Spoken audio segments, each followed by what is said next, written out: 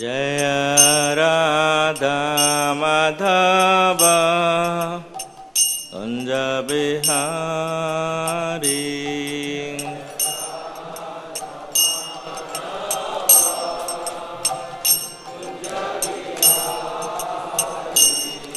जय राधा माधव कुंज बिहारी।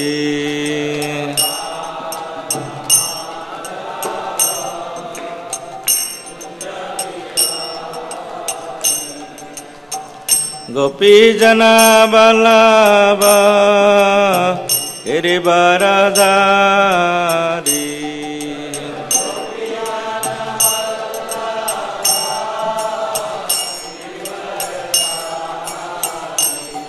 जय गोपी जना बल्लभ गिरिवरधारी।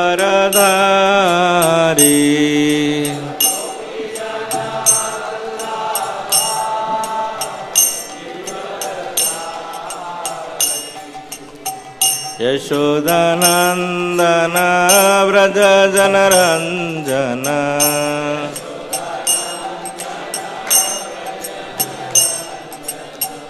यशोदानंदन व्रज जनरंजन।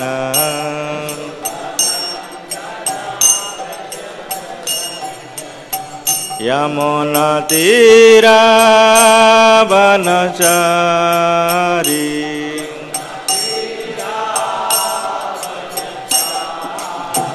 यमुना तीरा वनचारी।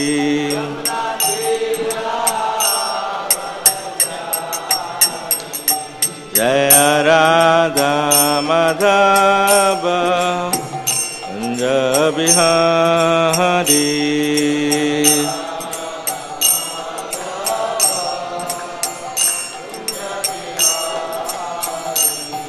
हरे कृष्ण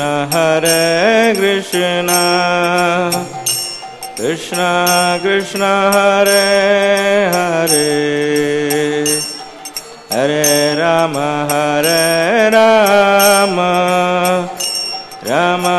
राम हरे हरे।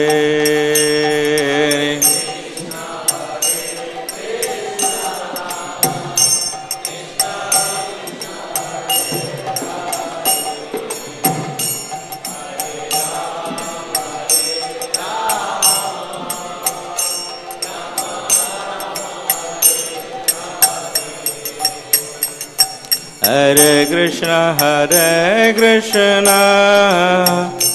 कृष्ण कृष्ण हरे हरे, हरे राम राम राम हरे हरे।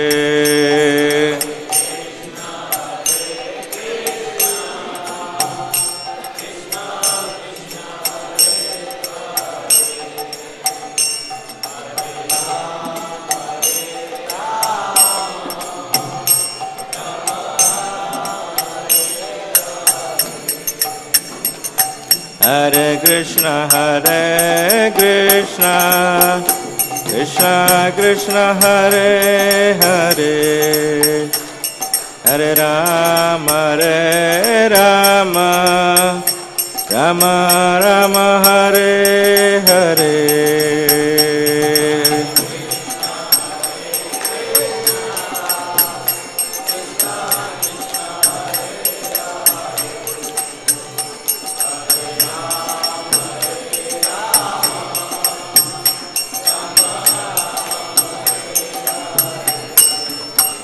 हरे कृष्ण कृष्ण कृष्ण हरे हरे, हरे Ram Ram Ram Hare Hare.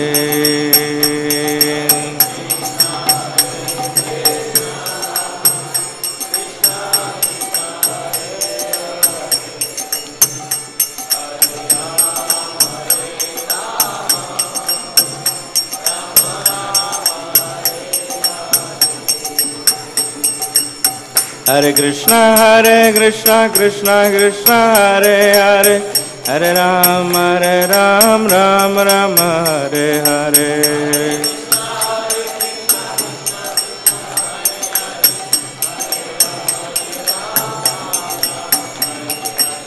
Hare Krishna Krishna Krishna Hare Hare, Hare Ram Ram Ram Hare Hare.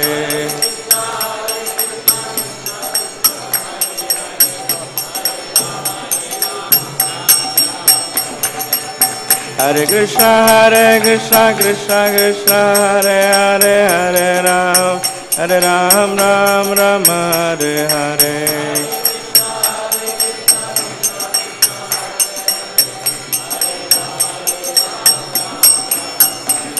Jai Jai Prabhupada, Prabhupada, Prabhupada, Jai Prabhupada.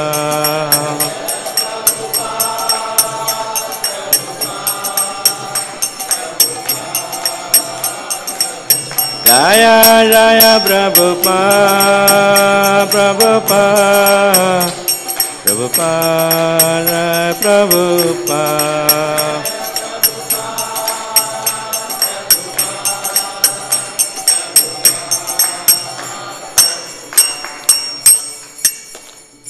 जय श्री श्री राधा माधव की जय, श्री श्री राधा पार्षद ललिता विशाखा देवी की जय, सीताराम लक्ष्मण भक्त हनुमान जी की जय, श्री श्री गौर नेताय की जय, गुरु श्रील प्रभुपाद की जय, श्री श्री चंदन यात्रा महोत्सव की जय, सामवेद भक्त वृंद की नेताय गौर प्रेमानंदे।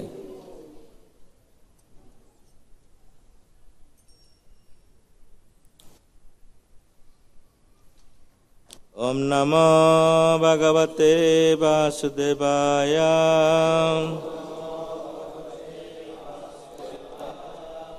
ओम नमो भगवते वासुदेवाय,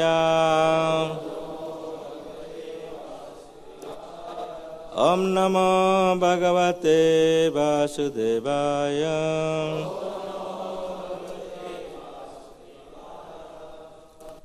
अज्ञानतिमिरान्धस्य ज्ञानाञ्जनशलाकया चक्षुन्मीलितं येन तस्मै श्रीगुरुवे नमः। श्रीचैतन्यमनोभीष्टं स्थापितं येन भूतले स्वयं रूपं कदा मह्यं ददाति सोपदान्तिकं। वन्देऽहं श्रीगुरु श्रीयुतापदकमलं श्रीगुरुन् वैष्णवांश्च श्रीरूपं साग्रजातं सहगण रघुनाथनितं तं सजीवं साद्वैतं सावधूतं परिजनसहितं कृष्ण चैतन्यदेवं श्रीराधाकृष्णपदान् सहगण ललिता श्रीविशाखान्वितांश्च। नमो विष्णुपदाय कृष्णप्रेष्ठाय भूतले श्रीमते भक्तिवेदांत स्वामिनिति नामिने। नमस्ते सारस्वती देवे गौरवाणी प्रचारिणे निर्विशेष शून्यवादी पाश्चात्य देशतारिणे। जय श्री कृष्ण चैतन्य प्रभु नित्यानंद श्री अद्वैत गदाधर शिवास आदि गौरभक्त वृंदा। हरे कृष्णा कृष्ण कृष्ण हरे हरे, हरे राम राम राम हरे हरे। वाञ्छकल्पतरुभ्यश्च कृपा सिन्धुभ्येव च पतितानां पावनेभ्यो वैष्णवेभ्यो। हरे कृष्ण। से भक्त सज्जन वृंदा, माताएं, तो वास्तविक हम अपने को खुद इतने सौभाग्य मानते हैं कि आप लोग के सामने और आपका संग में कुछ भगवान की गुण कीर्तन करने के लिए आप लोग मौका दिया, इसलिए बहुत आभारी हैं हम आप लोग के। तो आज का दिन का महात्मा के बारे में आप लोगों को बताए थे कहने के लिए। तो विशेषकर तो बाहर के जो लोग हैं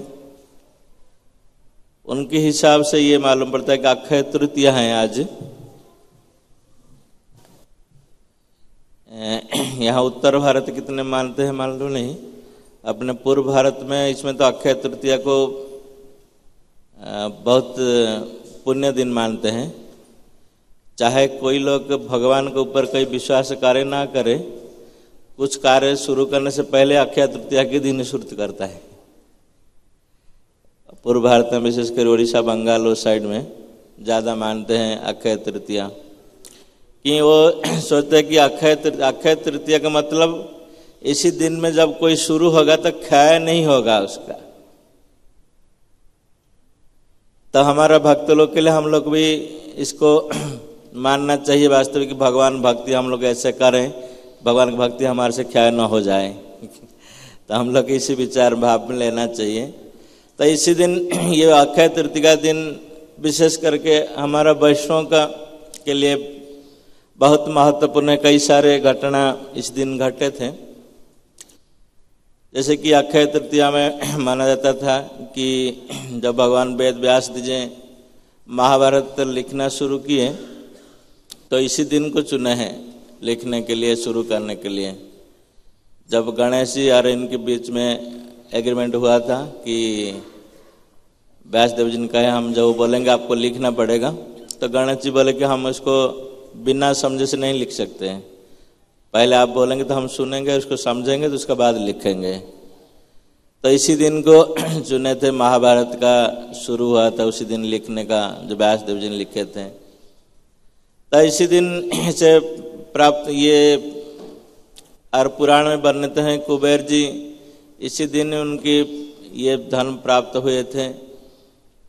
अरे अक्षय तृतीया का दिन माना जाता है कि जो गंगा जी इसी धरती में पधारे हैं, इसी दिन में स्वर्ग से आए थे भगीरथ महाराज की ये से, मतलब अपने प्रार्थना से। भगीरथ महाराज जब जाकर प्रार्थना किए कड़ी, गंगा जी को इसी दिन आना पड़ा था इसी भूलोक में, क्योंकि ये गंगा जी ये मान रहे थे कि इसी संसार में मैं जब जाऊं मेरे जो पवित्रता है वो जैसे क्षय न हो जाए, इससे क्योंकि जानते हैं कि भौतिक संसार में सभी लोग भौतिक कामना करके हमारे जल में नहाएंगे, तो इसलिए हमारा पवित्र जैसे क्षय न हो। तो इसी दिन को चुने थे आने ये के लिए, इसी धरती में प्रकट होने के लिए। और महाभारत में जैसे वन पर्व में हम देखते हैं कि इसी दिन में द्रौपदी जी को ये सूर्य देवता ने कृपा करके अक्षय पात्र दिए थे, जिसमें द्रौपदी जी भोजन बनाती थी। और उसी पात्र का ये विशिष्ट था कि जब तक द्रौपदी ना खाएं तब तक जितने सारे उनकी अतिथि और अभ्यागत कितने भी सारे लोग आए, हजार लाखों क्यों न हो, तब तक वो पात्र उनके देते रहेंगे, उतने प्रसाद उनकी इतनी मात्रा में। तो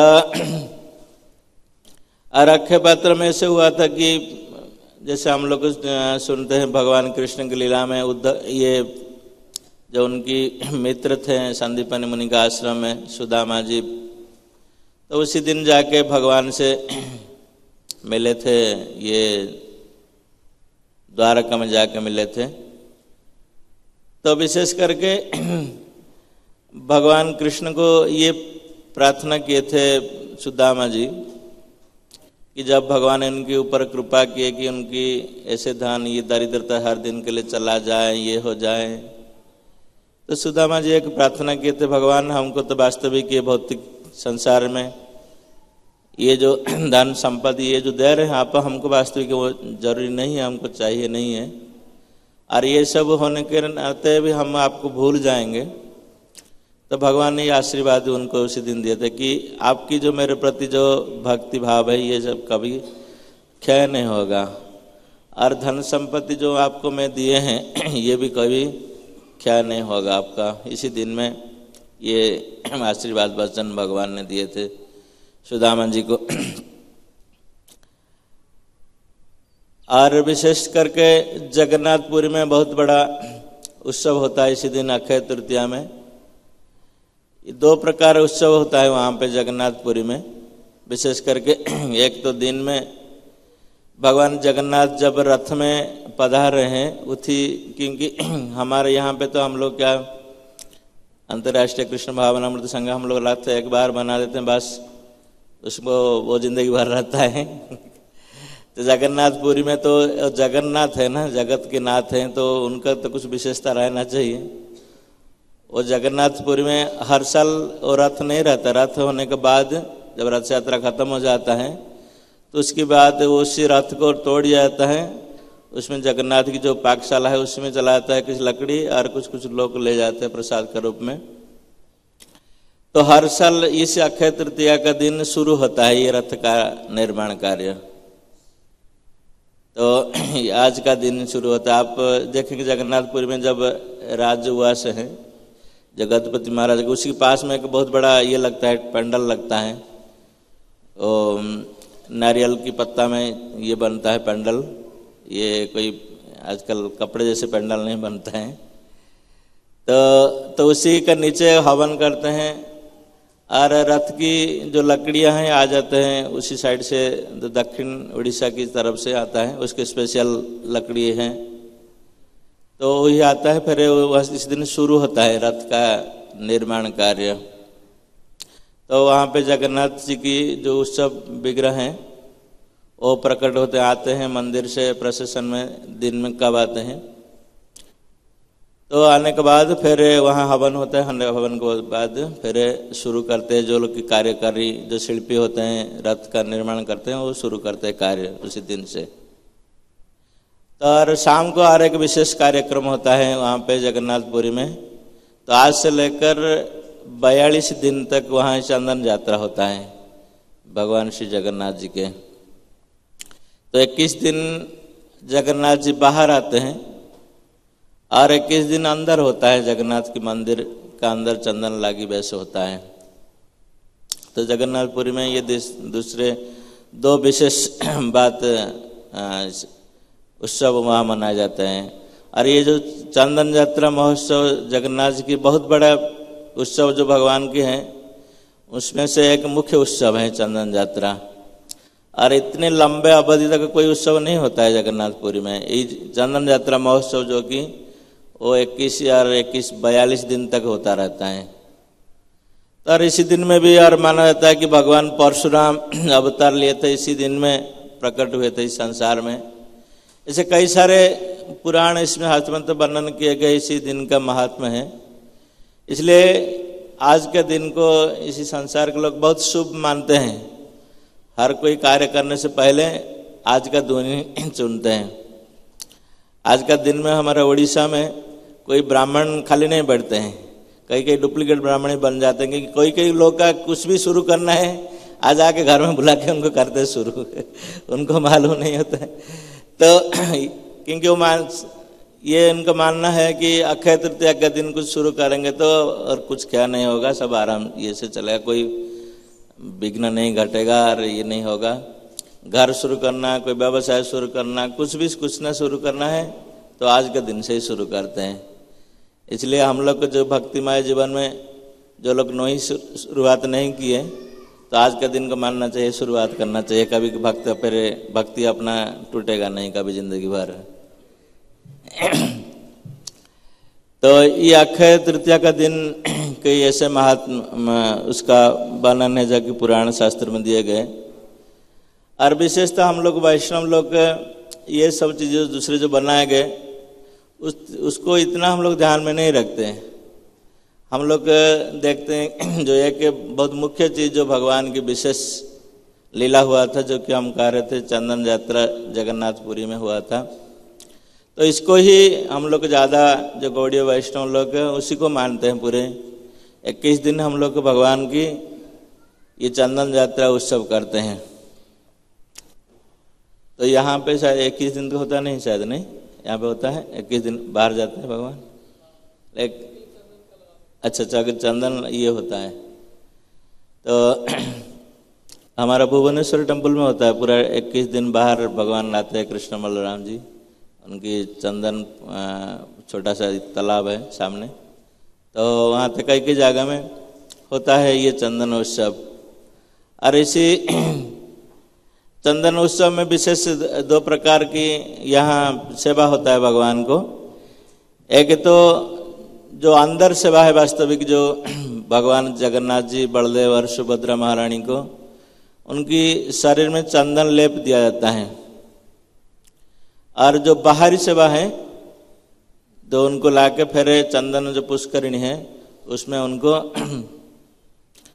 उनको भगवान को ये जल में विभिन्न प्रकार का पुष्प और ये सजावट होता है। चंदन पुष्करिणी जो नरेंद्र सरोवर जगन्नाथपुरी में है, तो वहाँ पे भगवान को लाया जाता है बहुत बड़े प्रोसेशन में। तो प्रोसेशन में लाके फिर वहाँ पे भगवान के लिए नौका बनाया जाता है, तो नौका में नौका विहार भगवान करते हैं। विशेष करके हमारा ये जगन्नाथपुरी में ये जो रीति है ये तो सत्य युग से चल रहा है, क्योंकि भगवान जगन्नाथ की जो प्रकट विग्रह वहाँ पे हम लोग देख रहे हैं जगन्नाथ धाम, स्कंद पुराण इसमें हम लोग देखे हैं। ये तो इंद्रद्युम्न महाराज इसी द्वापर की कलियुग का कि ये त्रेतायुग का राजा नहीं थे, ये तो सत्ययुग का राजा थे उस टाइम में। तो उसी टाइम में ये उसी समय से ये प्रथा चली आ रही है वहाँ पे, ये अभी का नहीं है वास्तविक जो चंदन यात्रा हो रहा है। और वास्तविक ये जगन्नाथ जी काहे खुद इंद्रद्युम्न महाराज को ये सेवा ये उत्सव करने के लिए भगवान जगन्नाथ विशेष करके 2 मुख्य सेवा बताए थे करने के लिए, मतलब यात्रा। एक तो रथ यात्रा कहे थे जगन्नाथ जी खुद उनको बनाने के लिए इंद्रद्युम्न महाराज का, और ये चंदन यात्रा। दूसरे जो जितने सारे यात्रा जगन्नाथपुरी में हो रहा है वो तो भगवान कृष्ण की लीला के साथ सभी ये हो रहा है, क्योंकि है तो कृष्ण बलराम और सुभद्रा दोनों हैं। लेकिन ये 2 जो यात्रा है विशेष करके स्कंद पुराण में ये वर्णन है उत्कलखंड में कि भगवान जगन्नाथ ये याचना किए थे कि आपको ये विशेष सेवा मेरे लिए करना ही होगा। और ये रथ यात्रा का दिन कब होगा वो भगवान ने बताया था कि आषाढ़ का तृतीया तिथि में द्वितीया तिथि में इसको शुरू करना है। और ये चंदन यात्रा कब करना है इसको भी बताया थे कि वैशाख मास का शुक्ल तृतीया तिथि में इसको शुरू करना है। ये है भगवान जगन्नाथ से कहे थे, भगवान कहे थे कि अक्षय तृतीया का दिन है, इसी दिन से शुरू करना है ये चंदन यात्रा। और हमको गंध जल में लाके स्नान करना ये करना, और हमको ये कर चंदन लागी वेश करना वो करना, ये सब भगवान ने जगन्नाथ जी खुद बताए थे। क्योंकि इंद्रद्युम्न महाराज जब बनाए थे मंदिर तब प्रार्थना किए थे जगन्नाथ भगवान हम आपके लिए क्या विशेष सेवा करेंगे। तो जगन्नाथ जी तो कई सारे सेवक जो उनको सेवा दिए थे बहुत सारे, वो तो बहुत विस्तार रूप से वर्णन है। तो इसमें से 2 ये मुख्य सेवा बताए थे उनके लिए ये उत्सव करना हमेशा, और रथ यात्रा का और चंदन यात्रा का ये करने के लिए ये जगन्नाथ भगवान खुद बताए थे इंद्रद्युम्न महाराज को। तो इसको इसी बात को, क्योंकि सत्य युग में तो भगवान जगन्नाथ ने बताए थे, तो इसी बात को कभी कभी हमारा जो धीरे धीरे परंपरा जो आ रहे हैं दिन में हम लोग जो बिता रहे समय के हिसाब से कभी कभी इसको हम लोग भ्रमित और ये हो जाता है, भ्रष्ट हो जाते हैं। तो फिर इसको हम लोग रिलेटेड कर सकते हैं कि भगवान कृष्ण की लीला में द्वापर युग में भगवान ये क्यों चाहते थे ये लीला करने के लिए जगन्नाथ भगवान, क्योंकि जब ये पांडव लोग अज्ञातवास में जाके विराट राजा में कपास शरण लिए थे, तो विराट राजा के पास 1 साल तो रहे। श्री श्री राधा पार्षार्थी की जय, जगन्नाथ सीताराम लक्ष्मण भक्त हनुमान जी की जय, श्री श्री गौरनिताय। तब विराट राजा ने उनको सब प्रकार का सुरक्षा भी प्रदान किए थे। तो बाद में जब किचक का वध हुआ और विराट राजा का पास साथ जो युद्ध हुआ था, कुरु सभा जितने सारे द्रोणाचार्य भीष्म पितामह इनके साथ जो युद्ध हुआ था, तो उसी में अर्जुन ने जो भाग लिए थे, तो इसमें से सबको पता चल गया था कि ये जो 5 ये और कोई नहीं है, ये 5 पांडव हैं और द्रौपदी उनके साथ हैं। तो विराट राजा ने बहुत प्रसन्न थे कि इनके भगवान की शुद्ध भक्त को उनकी ये मिला, 1 साल तक उनकी संग लाभ मिला।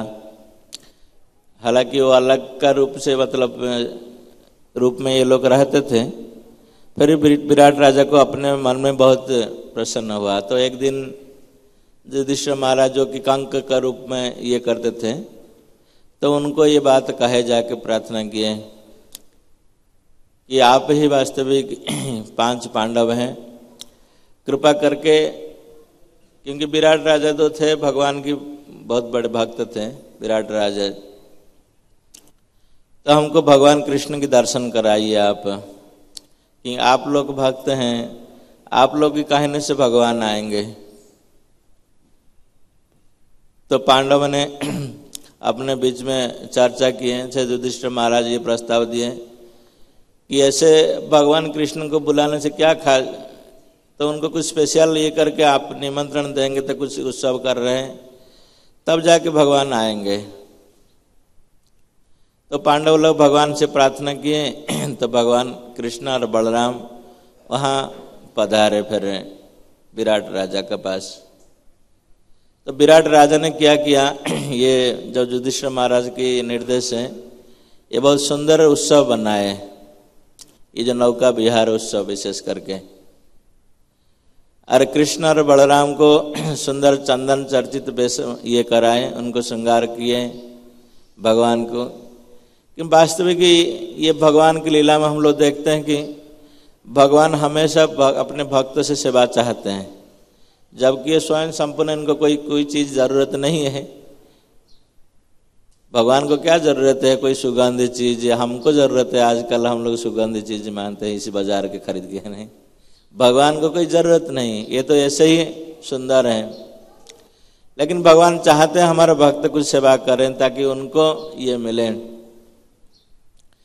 तो कृष्ण बलराम विराट राजा का ये सेवा स्वीकार किए, दोनों चंदन चर्च वेश हुए और नौका में विहार किए।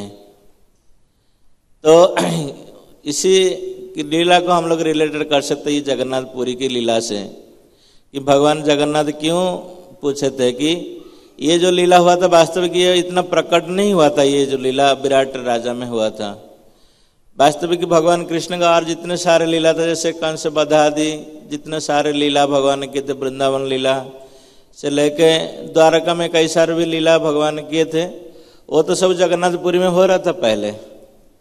सभी उस समय आप देखेंगे जिसने कृष्ण भगवान की लीला है, सब लीला जगन्नाथपुरी में होता रहता है। लेकिन ये जो लीला विशेष करके ये नहीं होता था, कि दूसरे लोग को इतना मालूम नहीं था कि विराट राजा ने ऐसे ऐसे किया था भगवान कृष्ण का ये में। तो इसलिए भगवान जगन्नाथ ने खास करके इंद्रधनुष महाराज को बताया कि आप ये सेवा करिए और ये उत्सव मनाइए, ताकि ये लीला को भी मेरे जो भक्त लोग इसको स्मरण कर सकते हैं। और ये एक दिन का नहीं है, शास्त्र में बताया जाता है कि ये वैशाख मास जो है, वैशाख और ज्येष्ठ मास को मधुमास कहते हैं।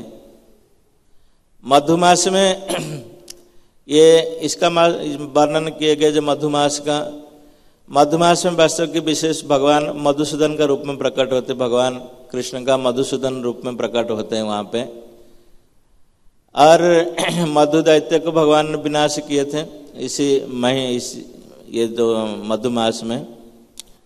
और भगवान क्योंकि इस थोड़ा गर्मी और थोड़ा ये होता है इसी महीना में, इसलिए भगवान क्या करते हैं अपने भक्तों के साथ सेवा लेने के लिए ये लीला करते हैं, चंदन लागी लीला करते हैं। भगवान के शरीर को ऐसे कोई गर्मी नहीं होता है, भगवान तो उनका सन्मय चिन्मय विग्रह शरीर है, उनको कहाँ गर्मी होगा ठंड होगा।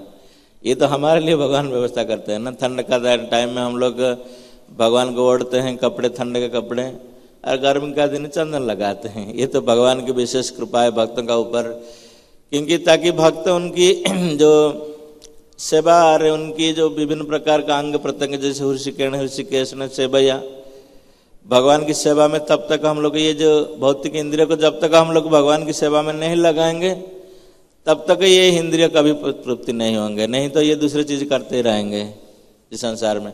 और दूसरी चीज करने से क्या होगा, जन्म मृत्यु चक्र में फंस के रहेंगे। जब तक हम लोग ये इंद्रिय को भगवान जो ऋषिकेश हैं, इंद्रिय की जो प्रभु है, उनकी सेवा में नहीं लगाते तब तक ये पूर्ति नहीं होता। तो भगवान इसलिए व्यवस्था किए हैं ये चंदन यात्रा जो महोत्सव वहाँ पे। तो ये जो बाहर की जो जाना 21 दिन है उससे बहुत बड़ा उत्सव बना जाता है जगन्नाथपुरी में। और इसी उत्सव में केवल जगन्नाथ जी नहीं जाते हैं, कृष्ण बलराम जो जगन्नाथ मंदिर में हैं उनकी उत्सव विग्रह हैं। कृष्ण, आप लोग जगन्नाथपुरी का भी गए हैं तो आप लोग देखेंगे दक्षिण द्वार की तरफ एक मंदिर है, उसमें श्री मदन मोहन जी रहते हैं और वहाँ पे कृष्ण बलराम भी रहते हैं। तो उसी कृष्ण बलराम उसी चंदन यात्रा में आते हैं और मदन मोहन जी एक पालकी में आते हैं और मदन मोहन जी के साथ लक्ष्मी देवी आते हैं और सरस्वती आते हैं। और दूसरे और एक आप चंदन पोखरी जो है ना, जो नरेंद्र सरोवर देखेंगे तो वहाँ पे देखिए 3 वेदी हैं। कहीं गए आप लोग, गए ना जगन्नाथपुरी सभी? अभी महाराज का वहाँ प्रोग्राम हुआ था ना, यात्रा हुआ था जगन्नाथपुरी में महाराज श्री का। तो वहाँ पे आप देखेंगे 3 वेदी हैं, वहाँ पे मंडप है, देखे ना वो नरेंद्र सरोवर में 3 वेदी है वहाँ पे। एक मंडप में कृष्ण बलराम बैठते हैं और दूसरे मंडप में ये लक्ष्मी और सरस्वती के साथ मदन मोहन जी वहाँ रहते हैं, विराजमान करते हैं। और एक तीसरे जो मंडप है उसमें 5 महादेव बैठते हैं। तो कई मन में कोई प्रश्न था, ये 5 महादेव को क्या जरूरत है जगन्नाथ जी? या 5 महादेव वास्तविक ये पांडव हैं, 5 पांडव हैं, क्योंकि पांडव ने ये लीला किया था ना वहाँ पे।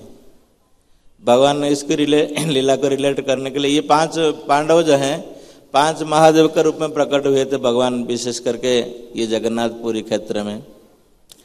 और इनको 5 द्वारपाल भी कहा जाता है, क्योंकि भगवान जब द्वापर लीला में हम लोग देखे ना, द्वापर युग में जब बाणासुर के साथ युद्ध हुआ था, भगवान क्या कि बाणासुर के पक्ष में शिव जी बहिष्ठा लिए थे और सभी हार गए थे वहाँ पे।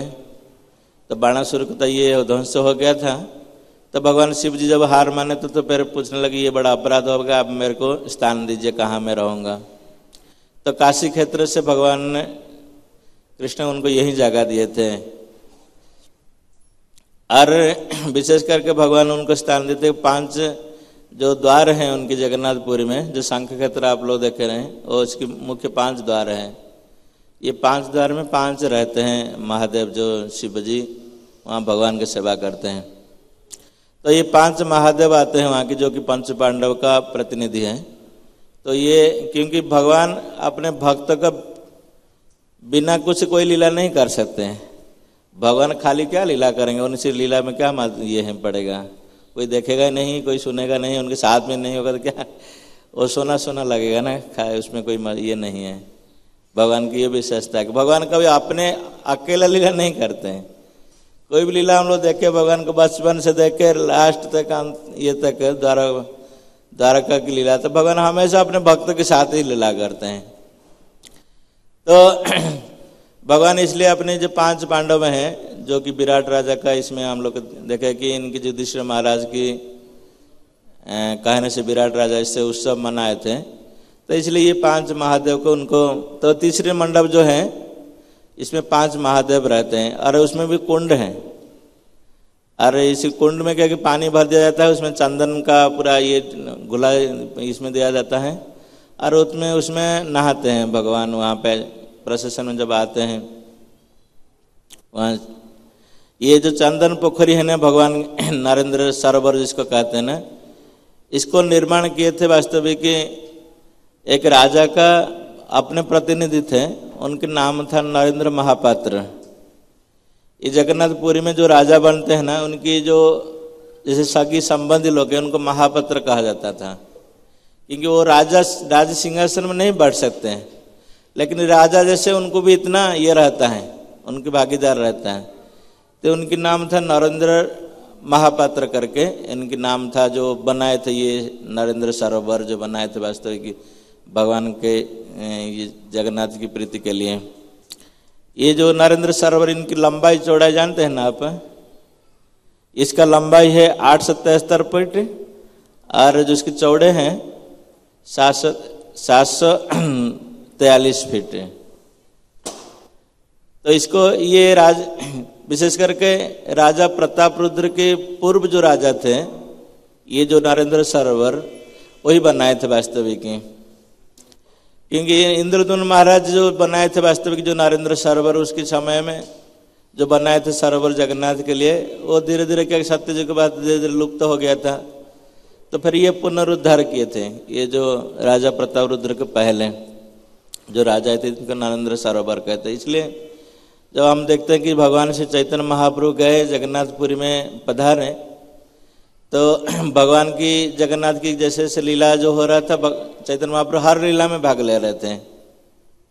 जैसे चैतन्य भागवत में कहा, वहाँ पे बहुत सुंदर पद है कि जब चैतन्य महाप्रभु देखते थे कि वास्तविक भगवान अभी नौका में चढ़ के अपने भक्तों के साथ, अर्थात 5 पांडव और अपने सरस्वती और लक्ष्मी इनके साथ मदन मोहन जी ये नौका में विहार कर रहे हैं, तो तुरंत भगवान ने क्या किया, भगवान चैतन्य महाप्रभु क्या किया, अपने भक्तों को लेके वो भी जल में नामने मतलब नीचे गए, उतरे सभी।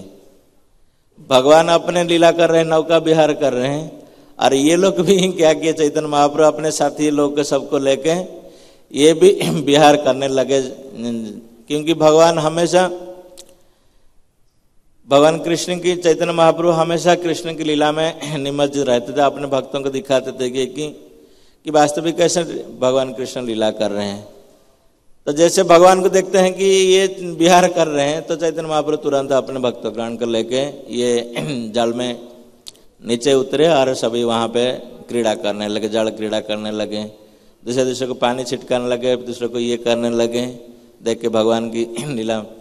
तो ये चैतन्य महाप्रभु का लीला में हम लोग देखे, तो यही ये जो नरेंद्र पुष्करिणी जो है, तो ठीक चैतन्य महाप्रभु से आने, चैतन्य महाप्रभु के समय प्रताप रुद्र राजा थे, तो उनके पहले एक राजा थे, वो उन्होंने ये पुनरुद्धार किए थे ये नरेंद्र सरोवर। तो उसके बाद हमारा के लिए हम लोग देख रहे हैं कि ये जो चंदन यात्रा तो जगन्नाथपुरी में होता रहता था वास्तविक उसी समय से। जैसे हम लोग को वर्णन किए कि जगन्नाथपुरी में जो भी हो रहे हैं ये सत्ययुग से हैं, जितना सारे उत्सव और जो कुछ हो रहा है। तो धीरे धीरे ये सब उत्सव क्या कि बंद हो गया, मतलब मालूम नहीं पड़ता था किसी, क्योंकि भगवान भी बारम्बार कहते थे, भगवद गीता इसलिए कहें क्योंकि धीरे धीरे क्या कि उसका लोप हो जाता है। तो हमारा गौड़ीय वैष्णव में हम लोग देखे कि ये जो लीला विशेष करके चंदन लीला इतना प्रसिद्ध हुआ, किंतु ये तो जगन्नाथपुरी में सीमित था। तो लोग खाली जगन्नाथपुरी जाते थे, वहीं पे जाके देखने उनको मौका मिलता था चंदन यात्रा का ये लीला देखने के लिए। दूसरे लोग कहाँ देख पाते थे, सारे विश्व की जो लोग नहीं देख पाते थे चंदन लीला का, ये चंदन यात्रा लीला का ये नहीं देख पाते थे। जो कोई जाएगा तो जाके देखेगा। लेकिन श्री चैतन्य महाप्रभु का पूर्व में जब माधवेंद्रपुरी आए, इसको ज़्यादा लोग ये किए, नहीं तो जगन्नाथपुरी से मंदिर से बहुत सारे दूसरे जगह में मंदिर था सब ऐसे, लेकिन वहाँ कोई चंदन यात्रा नहीं हो रहा था, ये उत्सव नहीं हो रहा था। विशेष करके माधवेंद्रपुरी का समय, जब माधवेंद्रपुरी आप जैसे जानते हैं गोपाल है, उनको प्रकट हुए, गिरिराज जी गोपाल प्रकट हुए, तो माधवेंद्रपुरी उनके 56 भोग लगाए, सब कुछ व्यवस्था किया, इनको अभिषेक कराया, सब कुछ कराया। फिर भी गोपाल कह रहे कि मेरे जो ताप हैं वो नहीं जा रहे हैं। तो हे पुरी तुम जाके लेके आओ मड़े चंदन और ये कर्पूर लेके आओ, उसको मार्जना मेरे अंग में जब लेप कर देगा तो तब जाके मेरा ये होगा। जब गोपाल माधवेंद्रपुरी को ऐसे आदेश दिए, तो माधवेंद्रपुरी जबकि इतनी वार्धक्य अवस्था हो गया था, उसमें हम लोग देखना चाहिए कि माधवेंद्रपुरी की सेवा भाव भी देखना चाहिए। हम लोग भक्ति मार्ग में जो ये करते हैं कि हम लोग कभी कभी अपने शारीरिक कोई सहायक नहीं करता है कभी सेवा करने के लिए, हमको कभी सेवा दिया जाता है तो तब हम कहा कि इनकार कर देते हैं, न प्रभु तीसरे और को दे दीजिए सेवा, हमारा भी इतना कमजोर है, ये करते हैं, ये करते हैं। लेकिन माधवेंद्रपुरी के बाद हम लोग देखेंगे तो माधवेंद्रपुरी अपने जो समय का परिणत वयस हो गए थे, मतलब बुढ़ापा को आ गए थे माधवेंद्रपुरी। चलने का ये करने का इतना ये नहीं थे, जवान नहीं थे वो, तो फिर भी ये भगवत इच्छा है, भगवान की इच्छा है, गोपाल चाह रहे हैं इसको करने के लिए, तो माधवेंद्रपुरी वहां से निकले। वैसे माधवेंद्रपुरी का इसमें चैतन्य चरितामृत में श्रील प्रभुपाद लिखे हैं एक तात्पर्य में कि इस माधवेंद्रपुरी के चरित्र में हम लोग ये देखना चाहिए कि वास्तविक भगवत कृपा प्राप्त करने के लिए एकमात्र हमारा ये होना चाहिए कि माधवेंद्रपुरी जैसे सेवा भाव अपना मन में होने से भगवान अपने आप कृपा करेंगे। ऐसे नहीं भगवान कृपा कीजिए, हम लोग प्रार्थना करेंगे, ये करेंगे, ये करने से कृपा नहीं मिलेगा। वास्तविक भगवान की सेवा करने के लिए कितनी उत्सुकता है मन में और कितने प्रबल गाढ़ है अपने धीरे से ज्यादा तीव्र से तीव्रतर होगा, तब जाके भगवान देख के प्रसन्न हो, भगवान ऑटोमेटिकली ये हो जाएंगे। देखिए वास्तविक भगवान को कोई ताप नहीं हो रहा था उनकी शरीर में, और भगवान स्वयं सपने जैसे हम लोग बोले भगवान के दर्शन में जिनमें आनंदमय है, नित्य शरीर है, उनको क्या ताप होगा, उनको क्या गर्मी लगेगा, उनका क्या ठंड लगेगा। ये तो अपने भक्त का महिमा बढ़ाने के लिए भगवान ऐसे कर रहे हैं लीला कि इतने परिणत अवस्था में आकर भी भगवान की सेवा कितने दृढ़ता सहकार और कितने उत्साह के सरकार कर रहे हैं माधवेंद्रपुरी। माधवेंद्रपुरी बोले कि ठीक है, अरे गोपाल मेरे को नहीं, ये नहीं होगा, तुम्हारे गर्मी होगा, कुछ भी हो तुम इसको सहन लो, हम नहीं जा सकते, तुम दूसरे किसी और को भक्त को भेजो। ये बुढ़ापा समय कोई जा सकता है क्या? और कोई ये जो माला चंदन कोई पास में तो नहीं मिलता था वृंदावन में उस टाइम में, वो जाके मिलता था जगन्नाथपुरी में ही केवल। लेकिन गोपाल जानते थे जगन्नाथपुरी में ही ये होता है चंदन यात्रा, और भगवान भी इसको जानना, ये भी करना चाहते कि सारे जगह में ही चंदन यात्रा हो, वो भी प्रकट करना चाहते थे माधवेंद्रपुरी की माध्यम से, क्योंकि ये तो केवल सीमित था भगवान का ये जो लीला, केवल ही जगन्नाथपुरी में सीमित था, लेकिन चंदन यात्रा और कई जगह में नहीं होता था उस समय।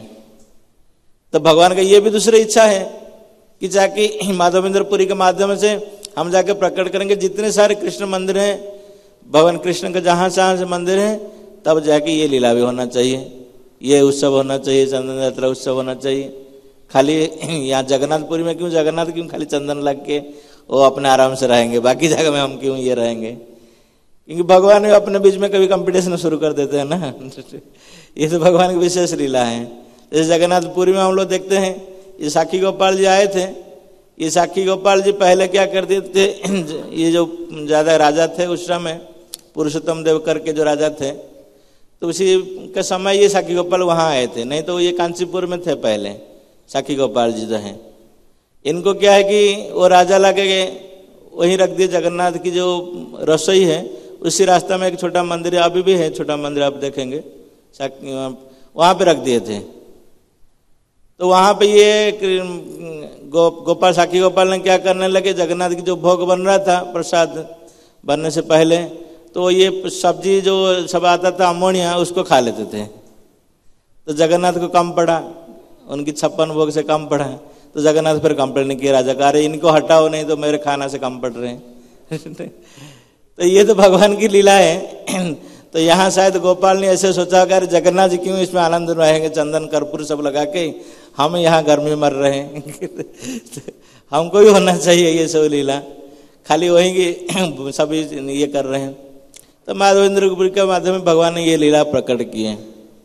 तो ताकि तो हम लोग जानते हैं कि माधवेंद्रपुरी कैसे गए, इतने पर जब जाके खीरचोर गोपीनाथ में वास्तविक जब पहुंचे तो वहाँ पे खीर चोर भगवान ने किए, उनके लिए खीर चोरी की है भगवान ने। पहले तो खाली था उनका नाम गोपीनाथ, माधवेंद्रपुरी के लिए चोरी किए तो इनके नाम चोर पड़ा, नहीं तो इससे उनके नाम एक नाम से पहले एक आर्जेट भी लग गया उनके कि खीर चोर गोपीनाथ है, खीर चोर गोपीनाथ। पहले तो खाली गोपीनाथ था, ये भी उनको शायद पसंद नहीं लगना था कि खाली मेरा नाम गोपीनाथ कह रहे हैं, है तो गोपीनाथ हूँ मैं, गोपी का नाथ हूँ, लेकिन ये थोड़ा पसंद नहीं लग रहा है, इसको थोड़ा और कुछ लगना चाहिए मेरे पहले नाम से पहले, इसलिए शायद भगवान ने ये लीला की है। और चोर तो नहीं कह सकते भगवान को, क्यों, भगवान की सब कुछ है और उसको उनको चोर क्यों कहेंगे, क्योंकि भक्तों का प्रसाद चोरी किया इसलिए उनको चोर कहा गया, क्योंकि हमारा आचार्य लोग कहते हैं, क्योंकि भगवान को भोग में उनके हक हैं, प्रसाद बनने के बाद ये भक्त का अधिकार बन जाता है, भगवान का अधिकार नहीं है। तो कि भक्तों का अधिकार को छीने यही चोरी किया, इसलिए उनको चोर कहा गया। तो कहीं के हमारा आचार्य लोग कहते हैं इसलिए खीर चोर उनके पड़ा।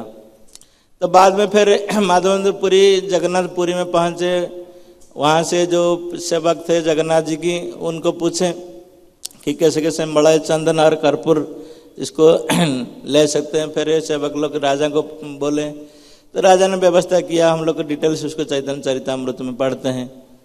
राजा ने 2 महण चंदन लकड़ी और कर्पूर और उसके साथ 2 सिपाही भी दिए साथ में उनके लेने के लिए, भार लेने के लिए। तो फिर माधवेंद्रपुरी वापस आए, ये रमणा में खीरचोर गोपीनाथ जी के पास से वापस आए। तो उसी समय फिर गोपाल जी उनको वो सपना दे दिए कि मैं माधवेंद्रपुरी तुम बूढ़े हो गए अभी, पहले क्या मालूम नहीं था क्या तुम बूढ़े हो गए करके, अभी बोले कि तुम बहुत बूढ़े हो गए और इतना कष्ट करके आना नहीं चाहिए तुम, अरे इतना कष्ट करके भेज दिया तुमने, फिर आने के लिए मना कर रहे हैं। भगवान के अपने भक्त के माध्यम से इतने ये कर रहे हैं, भेज दिया जब तक तो मालूम नहीं था कि कष्ट पड़ेगा जाने के लिए, अभी वापस जा रहे थे, कह रहे कष्ट के लिए क्यों आएगा, वो गोपीनाथ के शरीर में ये चंदन लगा दो। अब जब गोपीनाथ के शरीर में चंदन लगा देगा हमको भी मिल जाएगा। अरे पहले से नहीं मिल रहा था कि जगन्नाथपुरी में भी लग रहा था, तुमको भी नहीं मिल रहा था, भगवान को मिल रहा था। जगन्नाथ शरीर जगन्नाथ और कृष्ण के बीच में अभिन्न है, जगन्नाथ शरीर में चंदन लगता था तो भगवान कृष्ण के शरीर को नहीं लगता था क्या? तो अपने भक्त का बीच में ये करना चाहते हैं भगवान, कैसे ये करना चाहते। तो जब गोपीनाथ जी की शरीर आप लगाएंगे, ये चंदन लगाएंगे, तब जाके हमारा यहाँ ताप शांत हो जाएगा। तो भगवान देखिए अपने माधवेंद्रपुरी के समय, माधवेंद्रपुरी इसको भी भगवान की ये माने, ये भगवान की इच्छा है। तो पहले गोपीनाथ जी के मंदिर, जबकि ये गोपीनाथ जी हम लोग जानते हैं कि ये त्रेता जी की विग्रह हैं। आप लोग सब गए होंगे ना गोपीनाथ जी, हम देखा था उस टाइम में कुछ भक्त लोग सुझा रहे थे। गोपीनाथ जी ये त्रेता जी के विग्रह, भगवान खुद रामचंद्र ने उनको ये किए थे, गए हैं ना आप लोग सभी। ये जो विग्रह है ना, वहाँ पे जैसे हम लोग भगवान, जैसे यहाँ पे राधा पार्थसारथी का हम लोग बांसुरी देते हैं ना, वहाँ बांसुरी नहीं दिया जाता है कृष्ण ये इनको गोपीनाथ जी को, वो बांसुरी ऐसे ही बना हुआ है इसमें पत्थर में, देखे ना वो विग्रह सुबह सुबह जाके, उसमें बांसुरी बना हुआ भगवान के इसमें, और उसी पत्थर में ग्वाल गा भी है और ग्वाल बाल का वही चित्र हैं सब, क्योंकि भगवान राम जी इनको बनाए थे। अपने धनुष का जो सर है उसकी में अंक रहे थे भगवान ने ये विग्रह। तो ये त्रेता युग के विग्रह हैं वास्तविक, जो खीरचोर गोपीनाथ हैं। तो इसलिए माधवेंद्रपुरी सोचे कि ये गोपीनाथ जी और हमारे गोपाल, इसमें कोई फर्क के नहीं है, इसमें कोई फर्क नहीं। तो वहाँ पे फिर गोपाल का आज्ञा जब बताए वो पुजारी को, वहाँ पे बहुत प्रसन्न हो गए सभी सुन के। पहले गोपीनाथ मंदिर में ये नहीं चलता, ये चंदन यात्रा नहीं होता था, जबकि गोपीनाथ जी त्रेता युग से थे। तो कलि युग में जब हुआ तो फिर भी उनका सेवा चल रहा था, फिर भी ये सेवा नहीं हो रहा था, चंदन लगी सेवा की चंदन यात्रा नहीं हो रहा था। जब माधवेंद्रपुरी ने कहे उनको कि ऐसे ऐसे भगवान का ये इच्छा है, हमारा गोपाल ये चाहे कि गोपीनाथ की शरीर में ये लगा जाए, चंदन लगा जाए, ये किया जाए, उनको जाके चंदन यात्रा में नहाना ये करना चाहिए, जल क्रीड़ा करना चाहिए, ये करना चाहिए। तभी उनको बहुत प्रसन्न हो गया ये पुजारी जो वहाँ पे थे। इसलिए जब भगवान की सेवा हम लोग ये देख रहे थे कि वास्तविक जब भगवान की सेवा हमको कहीं मिलता है तो इतना उत्साह हम लोग को होना चाहिए। अरे ये तो बहुत अहोभाग्य है, हमको कोई भगवान की सेवा मिल गया। नहीं तो अरे बोले कि ये एक्स्ट्रा बर्डन है हमारे लिए। वहाँ का पुजारी लोग नहीं सोचे कि अरे पहले तो हम लोग ठीक ठाक ऐसे भोग लगा देते, प्रसाद लगा देते, ये करते थे, श्रृंगार दर्शन करते, अरे ये एक एक्स्ट्रा सेवा आ गया हमारे लिए, ये नहीं सोचते थे। वो तो बहुत प्रसन्न, जैसे माधवेंद्रपुरी से श्रवण किए कि भगवान ऐसे चाहते हैं तो तुरंत बहुत प्रसन्न हुए और तुरंत वहीं से शुरू किए चंदन लागी। वहाँ पे 21 दिन का चंदन वहाँ लागी शुरू किए भगवान गोपीनाथ की विग्रह में। तो उसी समय को विशेष करके माधवेंद्रपुरी की जो अनुयायी हम लोग गौड़ीय वैष्णव परम जो आते हैं, तो उसी दिन से जो षड गोस्वामी वृंदावन में रहे और जितने सारे गौड़ीय वैष्णव परंपरा जहाँ जो भगवान कृष्ण की विग्रह से मंदिर ये हुआ, स्थापना हुआ था, तो उसी समय ये लीला भी एक जोड़ गए। ये एक भगवान के उत्सव है, चंदन यात्रा के उत्सव है, उसमें जुड़े विशेष करके माधवेंद्रपुरी का समय के बाद। तो भगवान की जो लीला हम लोग देखते हैं, इसको हम लोग अपने बुद्धि बल और अपने इसमें सोचेंगे तो नहीं समझ सकते कि भगवान को क्या जरूरत है इसे ये करना। लेकिन भगवान ये कहना चाहते हैं विशेष करके ये लीला करने से, जैसे भगवद गीता में भगवान कहते हैं 4थे अध्याय में कि जन्म कर्म च में दिव्यम जो मैं व्यति तत्वतः त्यक्त्वा देहम पुनः जन्म नैति मामेति सो अर्जुन। भगवान के कर्म जन्म और जितने सारे लीला हैं, इसको हम लोग सोचना चाहिए कि ये कोई साधारण ये नहीं है, ये दिव्य भाव में भगवान का हम लोग चंदन नहीं देने से क्या होगा, भगवान का कोई कमी नहीं पड़ेगा, ताकि हम लोग को उसमें क्या कि लाभवान होगा हमारा इंसान। हम लोग जैसे जो भौतिक जगत में हम लोग सड़ रहे हैं इस पत्नी ये जगत में, हमारा उसमें उपकार होगा। भगवान का क्या उपकार होगा? भगवान का तो यहाँ नहीं देंगे तो कहीं द्वारका में, मथुरा में उनकी बहुत सारे भक्त हैं, वृंदावन में, तो ऐसे तो उनकी से तो लीला चलता रहता है, उनकी सेवा करते रहते हैं। उनकी क्या जरूरत है यहाँ सेवा लेने के लिए? हम लोग को जैसे नालायक लोग हैं सेवा नहीं करने से। ये तो हमारे लिए भगवान जो इसलिए दूसरा लाइन में कहे कि इसको जो जानेगा उसी हिसाब से कर्म करेगा, ताकि हमारे जन्म मृत्यु इसी चक्र से छुटकारा मिलेगा। नहीं तो भगवान का क्या हुआ? भगवान को कोई थोड़ी जन्म मृत्यु चक्र में फंसे हुए हैं, भगवान को उद्धार होगा। हमारे उद्धार के लिए भगवान ऐसे व्यवस्था कर रहे हैं, नहीं तो क्या जरूरत था? माधवेंद्रपुर जैसे इतने उम्र वाले आदमी हैं तो भगवान की भक्ति कर रहे, ये बहुत बड़ी चीज है, वृंदावन में रह रहे, उनको कहाँ भेजना है जगन्नाथपुरी? देखिए कोई उसी टाइम में तो आने जाने का कोई ऐसे रास्ता नहीं था कि ऐसे आजकल जैसी व्यवस्था है, एक दिन में जाके हम लोग पहुंच जाते हैं जगन्नाथपुरी में। दिल्ली से जाएंगे फ्लाइट में बैठेंगे तो पहुंच जाते हैं। तो वहां पे देखिए कितने कष्ट करके भगवान ने क्यों ऐसे व्यवस्था किया, ताकि बाद में भक्त लोग आएंगे उसको स्मरण करेंगे, उसी हिसाब से उसी सेवा में लगे रहेंगे, हमारा कल्याण होगा। नहीं तो भगवान के करने का कोई जरूरत नहीं। भगवान ने जो लीला करी, इसलिए भगवान कह रहे कि जन्म कर्म च में दिव्यम जो मैं व्यति तत्वतः। इसको तत्व में समझना चाहिए, खाली समझने का बात नहीं है, समझने के बाद अपने इसमें करना चाहिए, प्रैक्टिस में। भगवान की सेवा कैसे करें? प्रभुपाद इसलिए तात्पर्य में लिखे, हम पढ़ रहे थे एक बार कि सुंदर तात्पर्य प्रभुपाद लिखे है उसमें कि वास्तव के भक्तों को इसे ये होना चाहिए, माधवेंद्रपुरी जैसे इतने भगवान को ऊपर आ रहे अपनी सेवा में इतना ये होना चाहिए, ताकि भगवान क्या कि देखिए माधवेंद्रपुरी जैसे चैतन्य महाप्रभु खुद कह रहे थे कि जो पुरी गोसाई है, जो माधवेंद्रपुरी है, ये कितने भाग्यशाली हैं, क्योंकि भगवान स्वयं आके 3 बार उनको स्वप्न में बताए भगवान ने, है ना। 3 बार पहले तो जब गोविंद कुंड भजन करते तब जाके स्वप्न में आए, उनको खीर खिलाए। उसके बाद कहे कि उनको हमको निकालो वहां से, हम लोग झाड़ी में घुस गए। उसके बाद कह रहे कि जाओ जाके लेके आओ। और तीसरे चौथे बार वह कह नहीं ठीक है, वो साखी गोपाल यहाँ पे जो गोपाल जी हैं, जो गोपीनाथ जी हैं, उनकी चंदन लगाओ।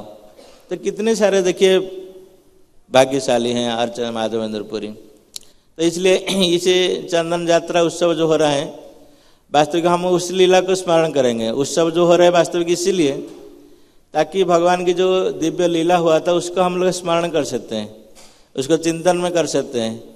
नहीं तो बस उत्सव हो रहा है, बस ऐसे कर दिया जाए उसको, उसमें कोई लाभ नहीं होगा। हम लोग उत्सव करके उसका हम लोग स्मरण करेंगे, चिंतन करेंगे, भगवान कृष्ण बलराम कैसे उसमें नौका विहार कर रहे हैं, उनके चंदन लगा रहे हैं, इसे ही कर हमको कैसे सौभाग्य मिलेगा चंदन खींचने के लिए।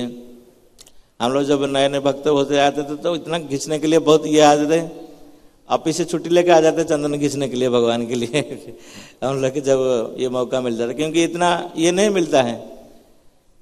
तो क्योंकि भगवान के दिव्य शरीर में लगेगा, ये कोई साधारण ये नहीं है, भगवान की दिव्य सेवा है ये। तो इसलिए हमारा ये भक्ति में वास्तविक बढ़ोतरी के लिए उत्साह ज़्यादा ये आने लाने के लिए ये चंदन यात्रा का उत्सव भगवान ने किए हैं। वास्तविक हम लोग देखना ये करना चाहिए। और इसी दिन और एक ये हुआ था जो कि आप लोग दक्षिण भारत में गए होंगे, सीमांचल गए होंगे ना आप लोग? सीमांचल गए हैं कोई लोग भक्त? नहीं गए? विशाखापट्टनम के पास सीमांचल में ना, वहाँ विग्रह बड़े विचित्र विग्रह हैं वहाँ पे बराह नरसिंह स्वामी हैं। भगवान अपने को बराह रूप में किए और नर का रूप में भी और सिंह का रूप में भी। बराह नरसिंह स्वामी उनको बोलते हैं। ये बड़े विचित्र लीला है वहाँ पे ये जो वहाँ पे कि बराह का रूप में, और इसमें क्योंकि प्रहलाद महाराज की इच्छा से भगवान ऐसे प्रकट हुए थे। क्योंकि भगवान जब हिरण्यकशिप को वध किए तो इसी स्थान में आए जो सीमांचल में, तो प्रहलाद महाराज उनको पूछे कि भगवान आप मेरे जो दादाजी थे ये थे हिरण्यक्ष, आप जो वध किए थे बराह के रूप में, हम तो उसको दर्शन नहीं किए, आप कृपा करके बराह रूप में प्रकट हो जाइए। तो भगवान फिर नरसिंह देव के आगे बराह रूप में उनके मुंह जो है, भगवान के विग्रह वहाँ देखेंगे आप, क्योंकि हर समय आप नहीं देख सकते भगवान के विग्रह। एक दिन जो है आज का दिन है जो अक्षय तृतीया दिन है, एक दिन भगवान की मूल शरीर आप विग्रह श्री विग्रह दर्शन कर सकते हैं। और दूसरे दिन में क्या होता है कि उसको चंदन ही ढांक लेते हैं, क्योंकि ये शरीर ये विग्रह प्रकट होने के बाद प्रहलाद महाराज और भगवान नृसिंहदेव क्या हुए थे, बहुत क्रोधित में आ गए थे, बहुत क्रोध कर रहे थे कि प्रहलाद महाराज क्यों इतना कष्ट दिए हिरण्यकशिप ने ये, और ब्रह्मा जी उनको क्यों वरदान दिया, हम लोग जैसे पढ़ रहे हैं 7वें स्कंद भागवतम में। तो उसी समय क्या किया, जब भगवान ने इसे प्रकट हुए तो बहुत क्रोध प्रकाश, ये कितना मेरे भक्त कष्ट किया, ये किया। तो तुरंत ही क्या किया प्रहलाद महाराज और सभी भक्त लोग क्या किए, चंदन उनके ऊपर लेपन किए शुरू कर दिए कि भगवान को क्रोध को शांति करने के लिए। तो इसी वहाँ अभी तक भी आप देखेंगे कि सालों भर भगवान का जो विग्रह शिव विग्रह है उनको चंदन में ढांक दिया जाता है। 3 बार एक्चुअली चंदन ढांक दिया जाता है वहाँ पे, 120 किलो 120 किलो ऐसे करके 480 किलो ऐसे उनको ढांक दिया जाता है चंदन में पेस्ट करके उनको ये करके। उसका तिथि है, हम भूल गए, का बहुत दिन पहले सुने थे ये लीला। तो उनका तिथि है, इसी दिन में उनको 120 किलो का चंदन का पेस्ट बना जाता है पूरा घिस के। उसको पहले आज का जो दिन है वो चंदन के सब निकाला जाता है भगवान के शरीर से। तो अभी तक भी ये माना जाता है वहाँ पे, क्योंकि जबकि ये भगवान की शरीर से शिव विग्रह से चंदन को निकाल दिया जाता है तो भगवान का फिर वही क्रोध रूप फिर प्रकट हो जाता है। उसके सामने जो मंदिर का जो मुख्य द्वार है उसके सामने वो लोग पर्वत जैसे उसमें वो ये लगाते हैं क्या है जो घास घूस ये इसका ना सूखा ये रखते हैं, वो जल जाता है भगवान के क्रोध से आग से। और आज का दिन केवल भगवान के श्री विग्रह दर्शन के लिए बहुत सारे भीड़ होते हैं वहाँ पे, क्योंकि जो मूल रूप है, क्योंकि दूसरे दिन आप जाएंगे उस सीमांचल में दर्शन करने के लिए विग्रह को, आप खाली चंदन का ऐसे है कि ये देखेंगे, अंडाकृति ऐसे है कि ये देखेंगे।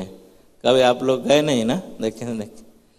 तो ये भी लीला आज के दिन में हुआ था, ये जो अक्षय तृतीया का दिन में हुआ था। भगवान श्री नृसिंहदेव प्रकट हुए थे आज के दिन ये वहाँ पे बराह नरसिंह का रूप में, और उसी रूप में आज उनके चंदन लगे। तो ऐसे ऐसे भगवान की कई सारी लीला हैं आज के दिन से जुड़े हुए हैं। तो उसकी एकमात्र उद्देश्य है हम लोग का होना चाहिए, विशेष करके हम लोग जो भक्ति रास्ता में चल रहे हुए हैं, तो हमारा एकमात्र उद्देश्य होना चाहिए, उसको चिंतन करना चाहिए, जब स्मरण बंधन उसको चिंतन करना चाहिए, इसका करना चाहिए, तब जाके हमारा कल्याण होगा, ताकि अंत में भगवान की स्मरण होगा और जन्म मृत्यु चक्र में नहीं आएंगे। हरे कृष्ण। बहुत बहुत धन्यवाद। किसके मन में कोई प्रश्न है? नहीं तो कोई सजेशन है और कोई उसमें जोड़ सकते हैं? आप लोग की ज़्यादा जानकारी होगा आज की दिन का विशेषता। और कोई हम गलती बता दें तो उसे सुधार सकते हैं। ऐसा कोई प्रश्न है?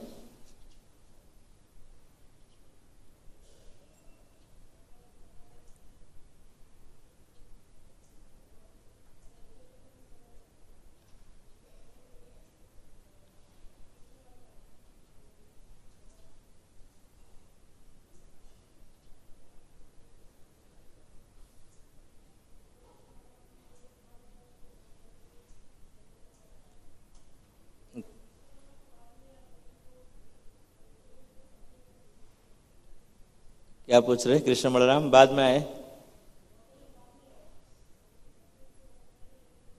हाँ, इसलिए एक्चुअली उसको हम रिलेट करने के लिए वो स्टोरी बताए आपको, ये लीला बताए।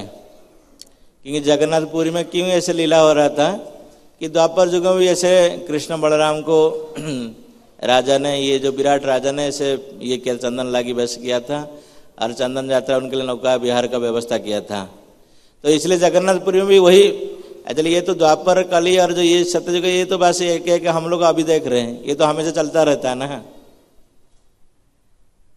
और जब अगला द्वापर युग आएगा तो ये सत्ययुग भी, ये जो सत्ययुग हम लोग रह रहे हैं ये तो पुराना हो जाएगा फिर, है ना। क्योंकि ब्रह्मा जी का हर दिन में ये हमेशा आता जाता रहता है। ये 4 युग जो हैं ये युग साइकिल हमेशा चलता रहता है। जगन्नाथपुरी में तो ये लीला नित्य निरंतर है। कृष्ण बलराम जैसे द्वापर में हम लोग अभी सुन रहे हैं ना, हम लोग, क्योंकि हम लोग अभी पढ़ रहे हैं द्वापर का ये जो लीला है। तो इसका मतलब उसका पहले भी द्वापर आया था, भगवान कृष्ण जैसे लीला किए थे और उसको जगन्नाथपुरी में से फॉलो किया जाता है ना।